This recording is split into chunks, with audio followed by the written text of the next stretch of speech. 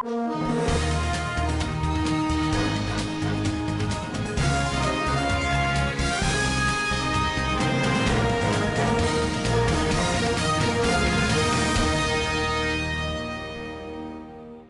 new Chief Executive Officer of the Nigerian Television Authority has been appointed.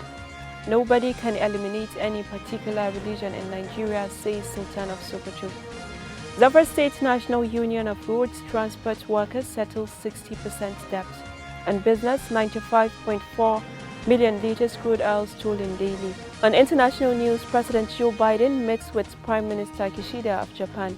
On sports, UEFA to replace Super Cup with 4-team tournament. Hello, thanks for joining us. This is Standard Voice Television News. I am Rahma Ibrahim Joseph. President Muhammadu Buhari has appointed Mr. Salihu Abdul Hamid Dembos as the Director General, Chief Executive Officer of the Nigerian Television Authority.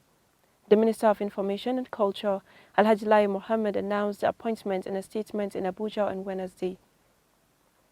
He said the appointment is for the tenure of 3 years in the first instance.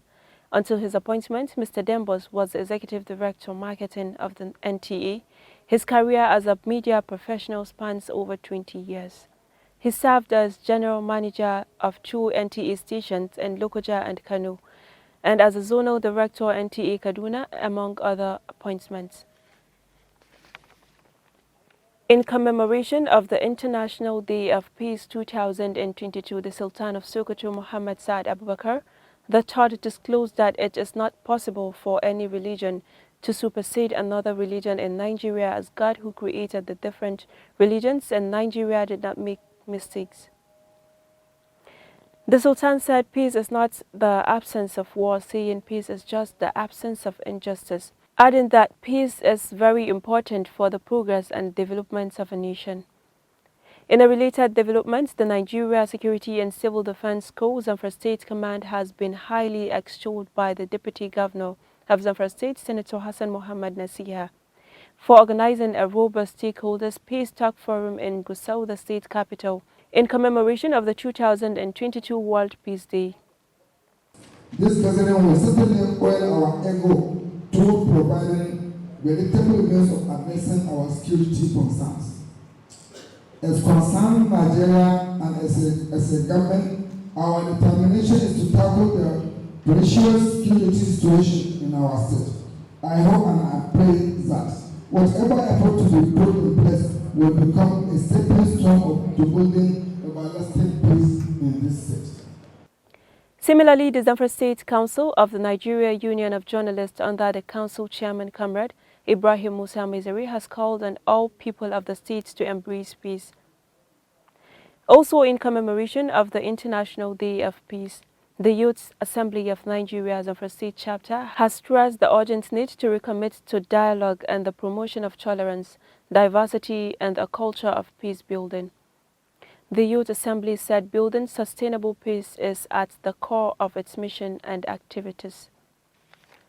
The Academic Staff Union of Universities said it is set to appeal the order by the National Industrial Court, directing the suspension of its 7-month-old strike. In a statement signed by the chairman of Lagos Zone of the union, Mr. Adelaja Odukoya, the union urged its members to remain calm, that the union lawyer, renowned human rights activist Femi Falana, is already filing an appeal.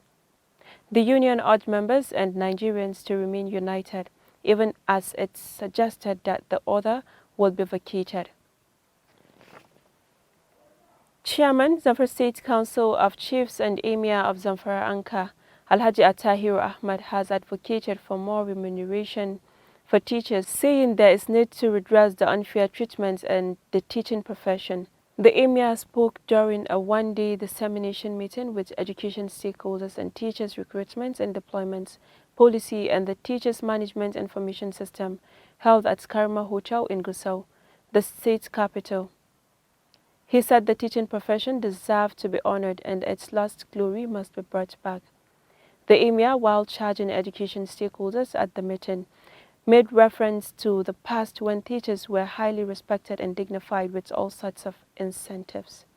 While reiterating the need to address the unfairness in the teaching profession, he called for the general welfare of teachers and other incentives that could make teaching a worthy profession.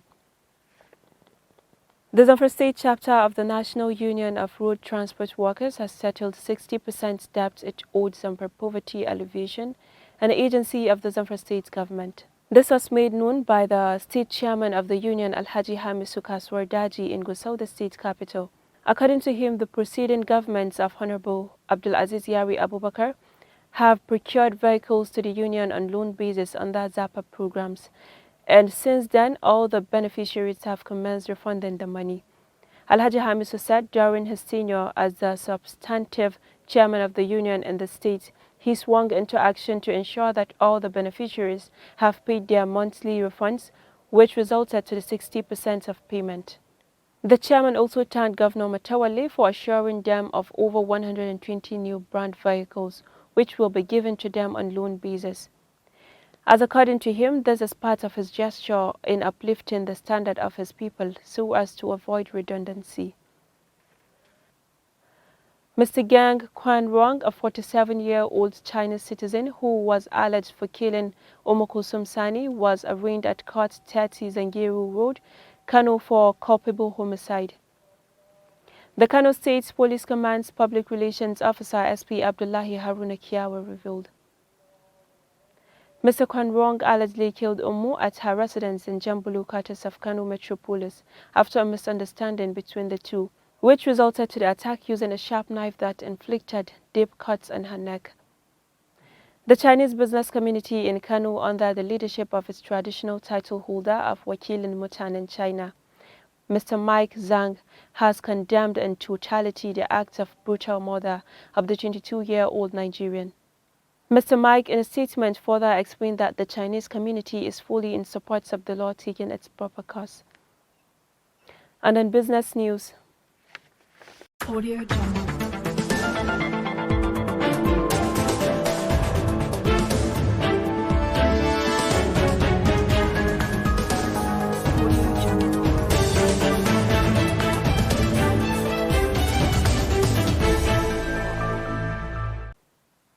the Nigerian Upstream and Downstream Regulatory Authority Commission said 95.4 million litres, 600,000 barrels of crude oil were stolen daily, saying the barrel contains 159 litres. The Petroleum and Natural Gas Senior Staff Association of Nigeria said various security agencies deployed to the Niger Delta should account for the high rates of crude oil theft. The Senate lamented the economic sabotage occasioned by the massive oil theft, fearing it could frustrate the implementation of the Petroleum Industry Act if not urgently capped. And on international news,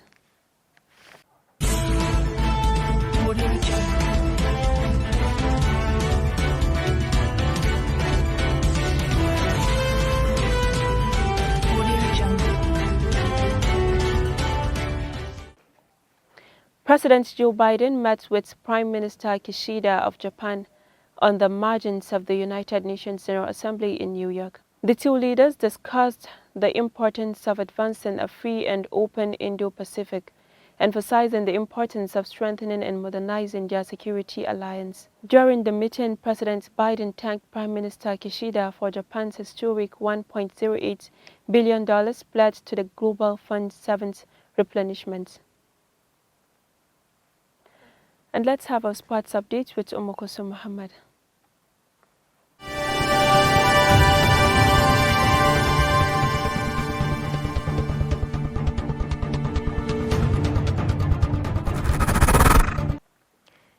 Thank you, Rahama Ibrahim, and now in sports.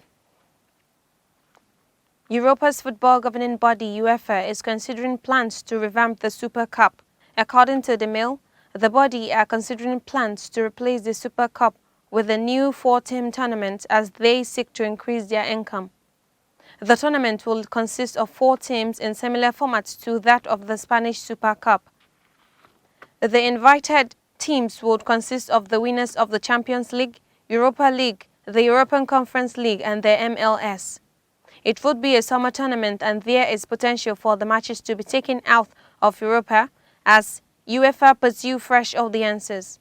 Further discussions are set to take place at the European Club Association General Assembly in Istanbul, with the organization keen to foster a spirit of innovation.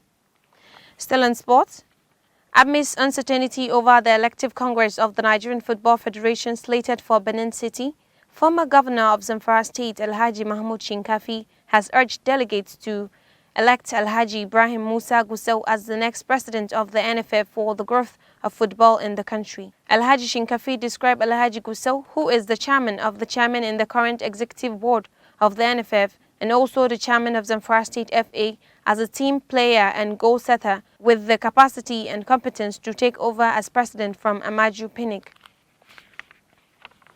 Also speaking on the NFF presidency, chairman of the Katsina State Football Association Alhaji Balele Kurfi described Alhaji Gusau as a jolly good fellow who is very knowledgeable and a committed football administrator, saying he knows him for over 20 years. Thanks for joining us for the sports update. I'm Kutha Mohammed. Thanks for watching. Have a nice day. That's all we have for today's package, but before we go, let's take a recap at the major headlines. A new Chief Executive Officer of the Nigerian Television Authority has been appointed. Nobody can eliminate any particular religion in Nigeria, says Sultan of Sokoto. Zamfara State National Union of Roads Transport Workers settles 60% debt.